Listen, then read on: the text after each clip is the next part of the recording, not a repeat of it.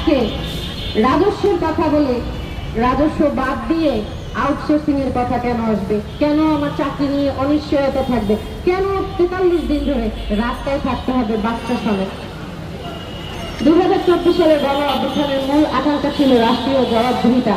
আমরা তাহলে আজ নারী তথ্য সেবা কর্মকর্তা কর্মচারীরা ন্যায্য দাবি নিয়ে সরকারের নিরাপত্তা কেন কেন সরকার আমাদেরকে এভাবে রাস্তায় ফেলে রেখেছে?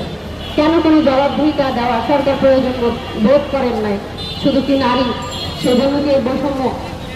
আপনাদের কি মনে হয়? আজকে দাবি জানাই, এই সরকার কোনো রাজনৈতিক দলের সরকার নয়, এই সরকার হচ্ছে জনগণের সরকার। তাই জনগণের কর্মজীবী নারীদের কথা এই সরকারকে শুনতে হবে। অবিলম্বে তথ্য প্রকল্পের নারী কর্মীদেরকে পদ সৃজন করবে রাজস্ব স্থানান্তর করার ঘোষণা দিন, কারণ আমাদের সাথে এটাই প্রতিশ্রুতি করা হয়েছিল। যদি বলেন এই সরকার ঘোষণা করেন নাই, তাহলে আমরা বলবো রাষ্ট্র ঘোষণা করেছিল। এবং সরকার কখন কে আসবে, কখন কে চেয়ারে থাকবে, এইটা কোনো বড় বিষয় নয়, বরং রাষ্ট্রীয় ওয়াদা যেটা ছিল সেটা রাষ্ট্রীয়ভাবে পালন করা হচ্ছে কিনা সেটাই হচ্ছে গিয়ে বড় কথা।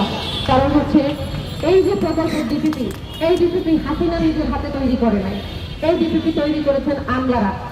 তাহলে কেন আমি হাসিনার ট্যাগ নিয়ে বিদায় নেব?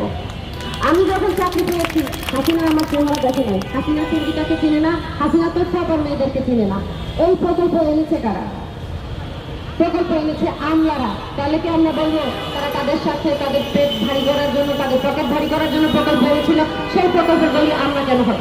আমরা মেধাবীরা কেন আমাদের জীবন শেষ করে এই জায়গা থেকে কেন এভাবে বিদায় নেব?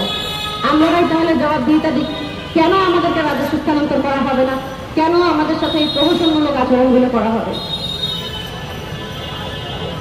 প্রকল্পের নামে বছরের পর বছর ঠেকিয়ে রেখে আমাদের জীবনের নিরাপত্তা এবং মর্যাদা হরণ করা যাবে না।